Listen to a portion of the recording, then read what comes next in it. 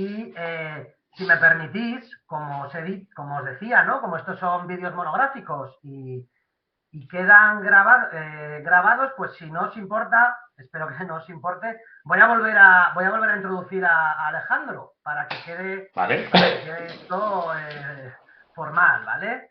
Bueno, entonces la charla que tenemos a continuación, tenemos con nosotros a Alejandro Terrones Contreras. Alejandro trabaja como técnico de investigación en la Estación Experimental de Zonas Áridas de Almería.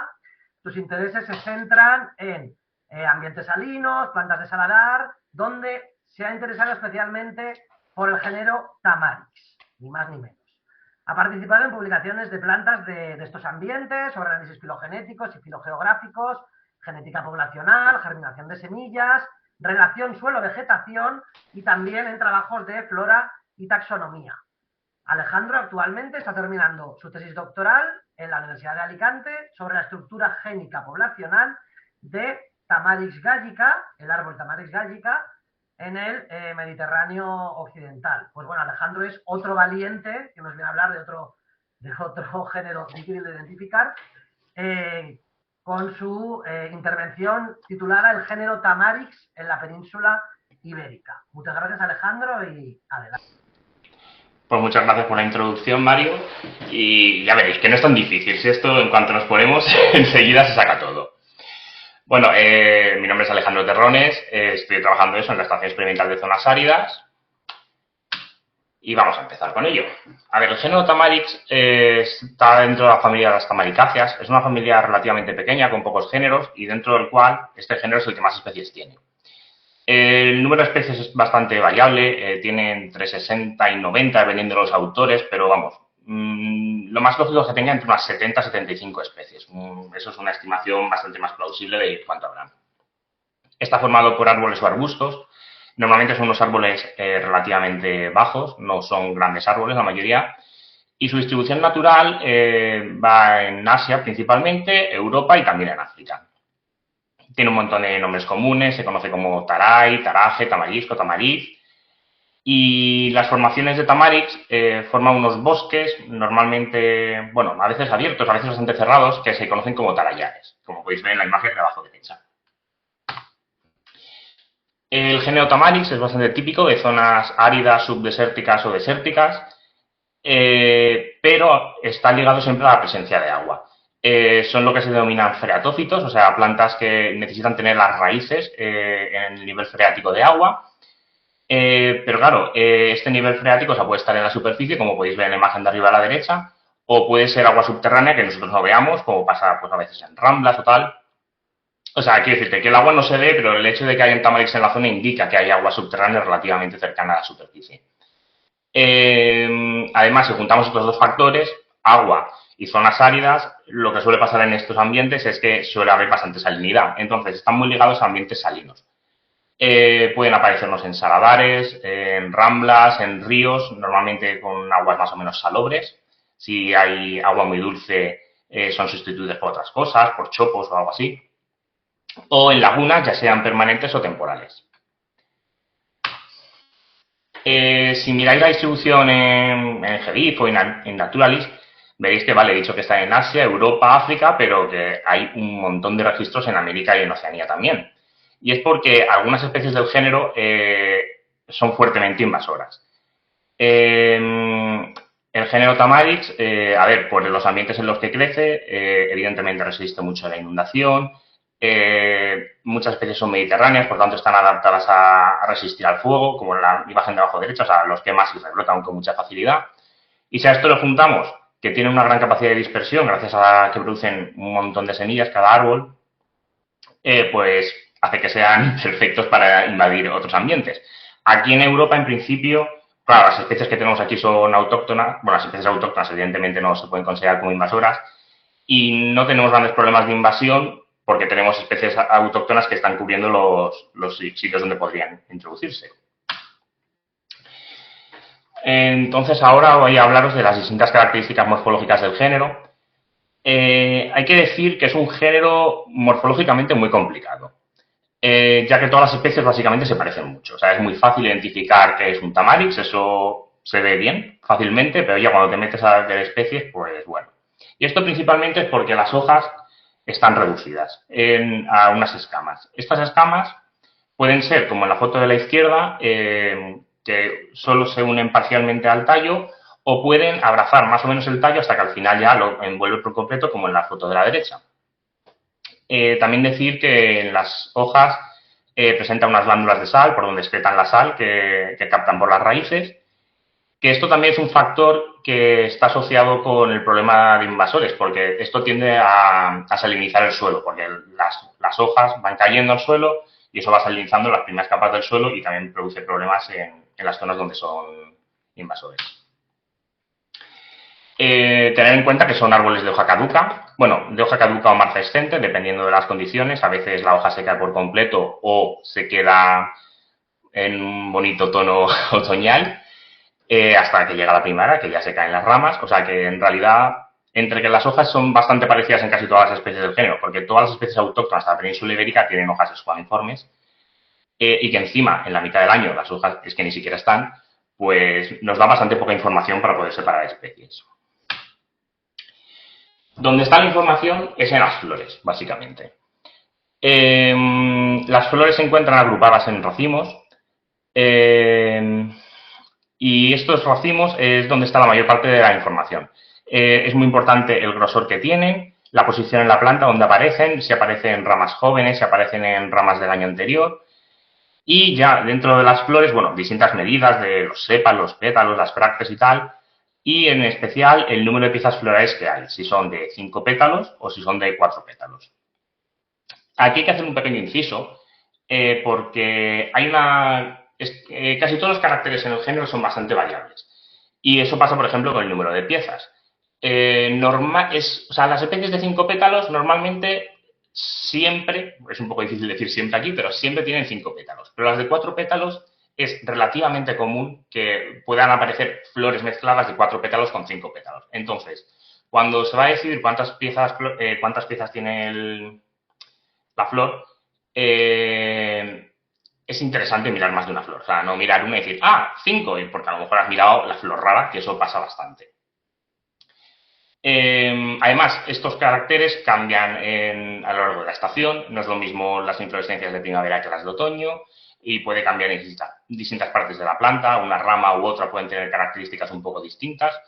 En general, siempre lo recomendable es hacer todas las medidas y hacer las fotos y coger el material siempre en primavera, porque en general es cuando es más estable todos los caracteres. Conforme va avanzando la floración, cada vez empiezan a aparecer cosas menos típicas de la especie. Y un último inciso sobre esto es que, si miráis claves del género, muchas veces hacen referencia a lo que se llama el disco nectarífero, que es un disco que aparece en la base de los estambres y del cual salen los estambres. Este disco tiene una serie de lóbulos y entonces los estambres pueden salir de la punta de los lóbulos, como en los dos que están en la imagen, o puede salir entre los lóbulos.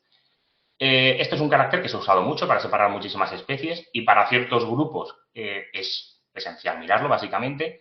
Lo que pasa es que para todas las especies de la península ibérica, en general, tienen todos discos muy parecidos. O sea, sale de la punta de los lóbulos y ya está. Con lo cual, aparte de que es una cosa bastante difícil de mirar, porque eso mide como 1 milímetro, está debajo del gineceo, o sea, tienes que quitarlo normalmente para verlo bien, lo mejor es aplanarlo, o sea, es una cosa bastante difícil de mirar y que realmente las especies ibéricas aporta relativamente poca información y que además es muy variable, o sea, varía mucho en forma y pues eso, pero que sepáis que eso se incluye mucho en las claves. Las semillas tienen una corona de pelos que les permiten dispersarse por viento y también por agua. Cada árbol, como podéis ver en la imagen de la izquierda, produce muchísimas semillas. Es una de las razones por las cuales luego son tan invasores. Y esa dispersión por agua a veces produce patrones como el de abajo a la derecha, donde veis que están todos o sea, se forman como líneas, ¿no?, de tamaris, que parece como que haya ido alguien ahí plantándolos.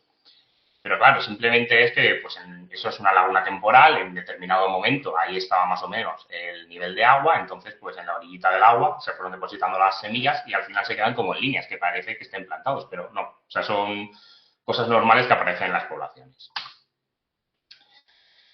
Y ahora vamos a la parte que creo que es la más interesante. En la península ibérica hay 3 especies autóctonas. Serían Tamaris gallica, Tamaris africana y Tamaris boveana. Y luego se han plantado, o sea, como cultivadas y que a veces pueden aparecer asilvestradas. Están la mayor parte más cultivadas que asilvestradas, pero sí que es verdad que pueden aparecer de vez en cuando 3 especies más, que son Tamaris áfila, bueno, Tamaris del grupo ramosísima, que hay varias, y Tamaris parviflora. Así que vamos a ir una por una y os voy explicando más o menos lo que sería. La primera de ellas es Tamaris gallica. Esta es la más frecuente y aparece por gran parte de España, principalmente en zonas áridas, o sea, por toda la vertiente mediterránea, por el sur, la zona de Madrid, el Valle del Ebro, aunque bueno, aparece en otras partes, también se puede encontrar puntualmente por la cornisa cantábrica, pero vamos, en general, en zonas cuanto más aridez, más frecuente va a ser. Esta es la especie que es más versátil ecológicamente, o sea, la podemos encontrar desde saladares hasta ríos relativamente dulces, ¿vale? La especie puede florecer, bueno, tiene una primera floración en primavera, que es lo que estaréis viendo en la imagen de abajo izquierda, donde básicamente florece toda la planta de forma muy espectacular y posteriormente sigue floreciendo, de vez en cuando va sacando inflorescencias, en verano para un poco y en otoño vuelve a producir otra vez nuevas inflorescencias, pero nunca llega a ser tan espectacular como la floración de primavera. Las flores son de 5 piezas y tienen una inflorescencia relativamente fina, de menos de 5 milímetros. Importante que las inflorescencias, medirlas, o sea, siempre cuando hable de tamaños me refiero a cuando están en flor, y no cuando están en fruto, porque luego los frutos se hacen bastante más grandes. Las ramas tienen un color marrón o rojizo, como podéis ver en las imágenes de abajo, y los pétalos son caídos. La imagen de abajo a la derecha es la planta en fructificación. Cuando fructifica se producen esas cápsulas que tienen un color rojo, un poco parduzco. Entonces, cuando ves de lejos el árbol, o sea, ves que, está, o sea, que ya se ha pasado la floración y que ya está fructificando, porque eso es lo que se ve. Y no son los pétalos, es el fruto, que también tiene ahí un poco de colorcillo. La siguiente especie sería Tamaris africana. Esta especie aparece en un rango de salinidad más bajo, o sea, no la vamos a encontrar en saladares ni en ramblas muy salinas, entonces esta sí que sería más típico de encontrarlo en ríos o en ciertas lagunas, pero que no haya demasiada salinidad en el suelo porque si no desaparece. En principio, y poniendo muchas comillas, florece solo en primavera y normalmente sobre las ramas del año anterior. Florece antes que Tamaris gallica, con lo cual, antes de que eche la hoja normalmente, con lo cual, cuando está en flor, normalmente tienes las ramas con las inflorescencias y está empezando a echar hojas, como veis en la imagen de abajo izquierda, y ya posteriormente cuando madura, que es ya cuando ya está el árbol con todas las hojas, es cuando se ve de la derecha, que es pues que veis que las inflorescencias tienen un color así como parduzco, que es porque ya están secas. He dicho que florece sobre todo en primavera, pero sí que es verdad que a veces echa nuevas inflorescencias posteriormente y esas inflorescencias se parecen bastante a las inflorescencias de Tamaris gallica y esto da lugar muchas veces a confusión. Nunca suele ser una floración enorme, o sea, que florezca toda la planta, sino que florece a lo mejor una rama por un lado, o sea, florece como poco y florecen las puntas. Normalmente los tamaños sí que se más o menos aproximan, pero causa mucha confusión, o sea, hay que tener mucho cuidado con ello. Las flores también son de 5 piezas. La inflorescencia es más gorda, entre 5 y 8 milímetros, más o menos. Y luego tiene una característica que si se mira en la base de la inflorescencia, tiene una serie de brácteas ahí escariosas que en otras, por ejemplo, en Tamaris gallica no aparece. Normalmente suelen haber, bueno, a veces hay alguna bráctea, pero no hay tantas y muchas veces lo que hay son hojas verdes. Entonces eso es algo bastante característico de las inflorescencias de Tamaris africana. También otra característica que es bastante, que lo diferencia un poco, es que las ramas son más oscuras que respecto a Tamaris gallica. También tener en cuenta una cosa que es importante, como las especies autóctonas van floreciendo más o menos paulatinamente, primero florece una, luego otra, cuando tú llegas a una población, aunque hay una población mixta, normalmente no tienes todo floreciendo en el mismo momento. Entonces, hay diferencias que son como muy claras, o sea, porque si tú llegas a una población y hay africana y bovena, o está africana en flor, o sea, africana y gálica, perdón, o está africana en flor y gálica todavía no ha hecho nada, o africana ya se ha pasado y gálica está floreciendo, o bueno, o está ya todo pasado y ya está en fructificación. Pero se suele ver, o sea, se suele ver bastante a ojo que hay dos cosas, o sea, eso es relativamente fácil. La última especie de las autóctonas es Tamaris boveana.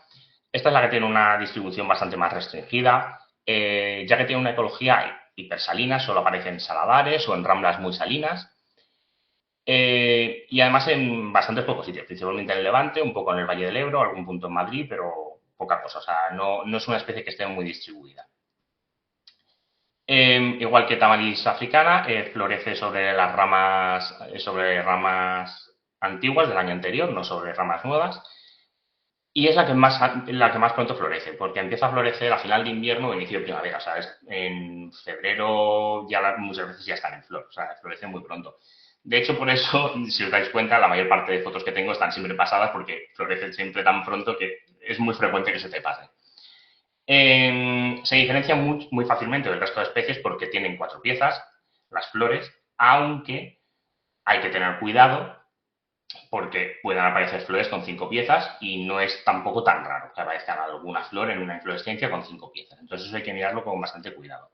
La inflorescencia es mucho más gruesa que en el resto, es de más de 7 milímetros, de sobre 1 centímetro de gordo, es bastante gorda.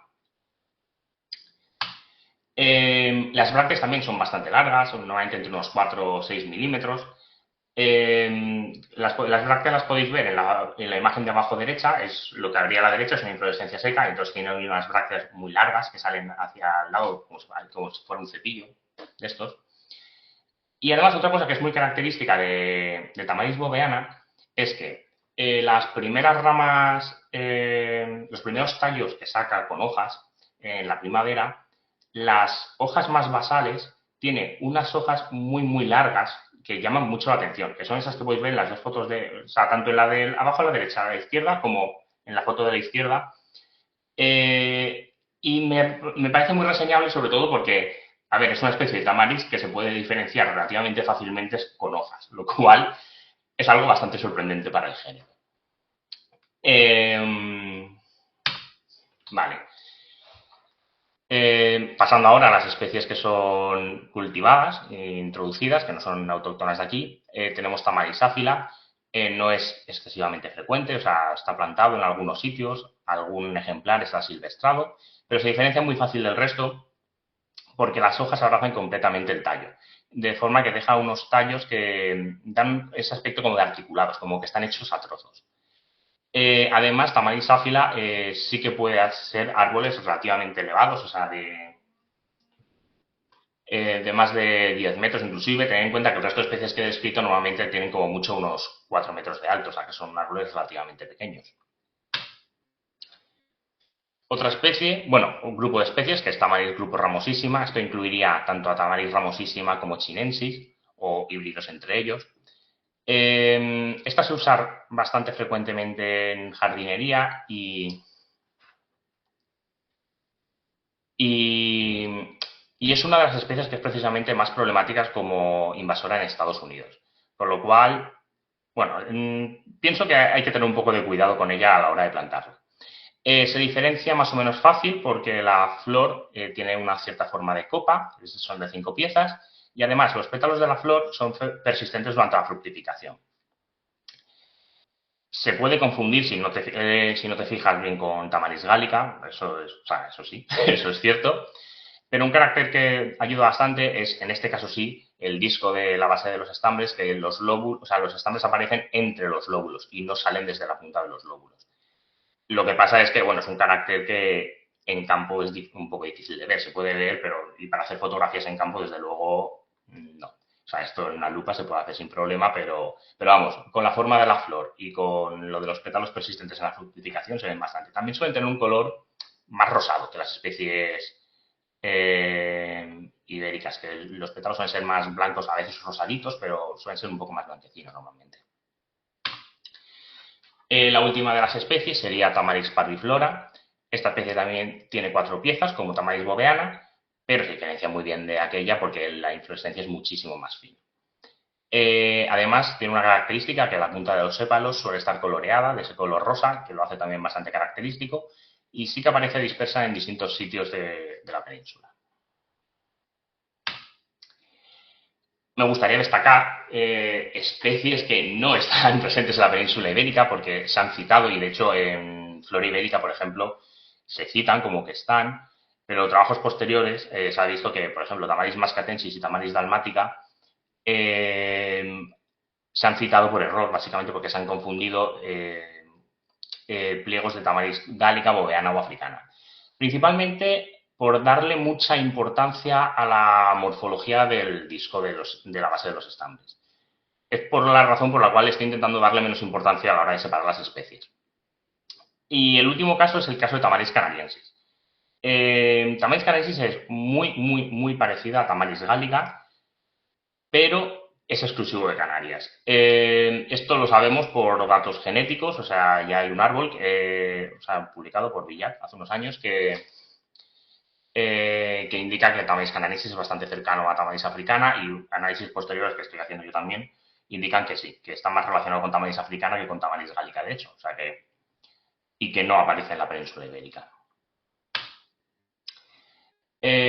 Por último, hablando de Naturalis, me parece muy importante, bueno, después de todo lo que he dicho, creo que ha quedado claro, pero es muy necesario que se hagan fotos en detalle de la inflorescencia para poder determinar las plantas. O sea, una foto general de la planta sí ayuda para ver el ambiente, para ver la disposición de las ramas y tal, pero normalmente la mayor parte de caracteres para identificar las especies están en el detalle de las inflorescencias, con lo cual, si no hay fotos cercanas, pues a ver, sí, te da una idea más o menos, el color de la planta, un poco del hábito, tal, sí, te puede indicar que parece que es algo, pero para poder confirmar las identificaciones hace falta fotos en detalle.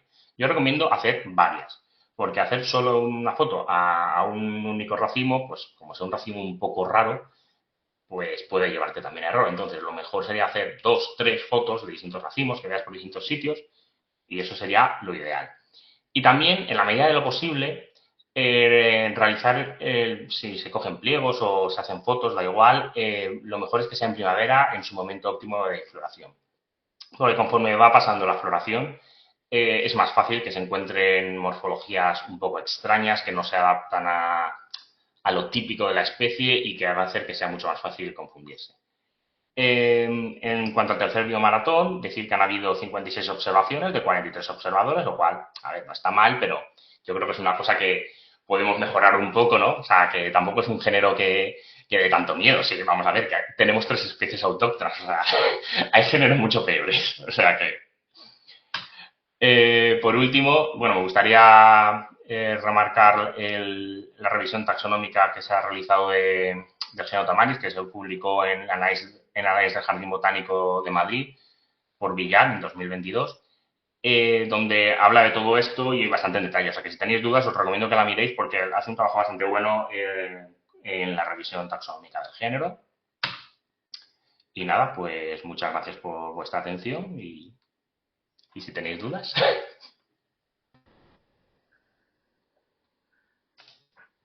Estupendo. Muchas gracias a ti, Alejandro, por esta magnífica intervención. Bueno, sí, lo de mirar los discos nectaríferos es engorroso, ¿eh? De hecho, siempre solemos Ya. decir, bueno, esto igual Hay otros para otro día. caracteres, es que es lo es el tema. Pero con los consejos que nos has dado nos has complicado y facilitado también un poco la vida para identificar los tamaris. Entonces, no sé si hay alguna pregunta. Tendríamos tiempo para una pregunta o dos, como mucho. Creo que en el chat no hay ninguna. Voy a lanzar yo un nombre y voy a ver qué cara se te pone si digo Tamarix matritensis. ¿Qué pasa con esto? Sí, no, hay un montón de tamaris que están descritos. Este está sinonimizado a... Espérate ahora mismo que me acuerde. Tengo aquí la chuleta. Eso está sinonimizado a gálica, ¿no? Sí. Vale, Sí. no importa. A ver, es que, bueno, aquí hay un poco más ten en cuenta que el género también, una cosa que estoy viendo ahora genéticamente es que parece que hay bastantes fenómenos de hibridación por ahí. Entonces, sí, hay poblaciones que son raras. Por ejemplo, la población del jarama es rarísima, o sea, y ahí se han descrito especies. Y claro, tú vas y dices, normal, pero claro, luego cuando empiezas a analizarlo genéticamente dices como, hostia, pues parece que, que igual no hay tanta especie simplemente. O sea, que a veces, y de todas formas, sí que es cierto que tiene muchísima variabilidad. O sea, pero es que muchos caracteres que se han usado, por ejemplo, también para Gallica canariensis, o sea, tú puedes coger un mismo tamarix, lo coges en primavera, lo coges en otoño. En primavera vas a llevar una especie, en otoño lo vas a llevar otra especie. Pero es que hasta las ramas del mismo árbol, una que está aquí y otra que está un poco para allá, las coges y las miras en el momento, una va a tener papilosidad, otra no va a tener papilosidad, una va a tener los pétalos un poco más tal, o sea, que hay mucha variabilidad, entonces cuando ya esa variabilidad estás observando dentro del mismo individuo, en el mismo momento, entiéndeme, o sea, creo que hay que tener como una concepción un poco amplia, morfológica de las especies aquí en el género, porque si no es que nos volvemos locos. Es que si no hay 50 especies en la península ibérica. Vale, vale. Perdona, estupendo. Es que Ah, no, no. sí que he estado con gente en el campo que quería buscar Tamarix matritensis y claro, yo creo que un poco por fervor patrio, que Sí, gente de Madrid pues que querría pues, tener un Tamarix matritensis que todos queremos en nuestra tierra, un epíteto, por supuesto. Pero bueno, era mera curiosidad, ¿no? De hecho, había comentado esto de la genética y por lo que veo le estás poniendo luz y vamos a poder bueno, pues hablar con mayor precisión. eso espero. Vale, pues nada, oye, estupendo, Alejandro, muchas gracias por tu intervención Muchas y gracias a vamos vosotros.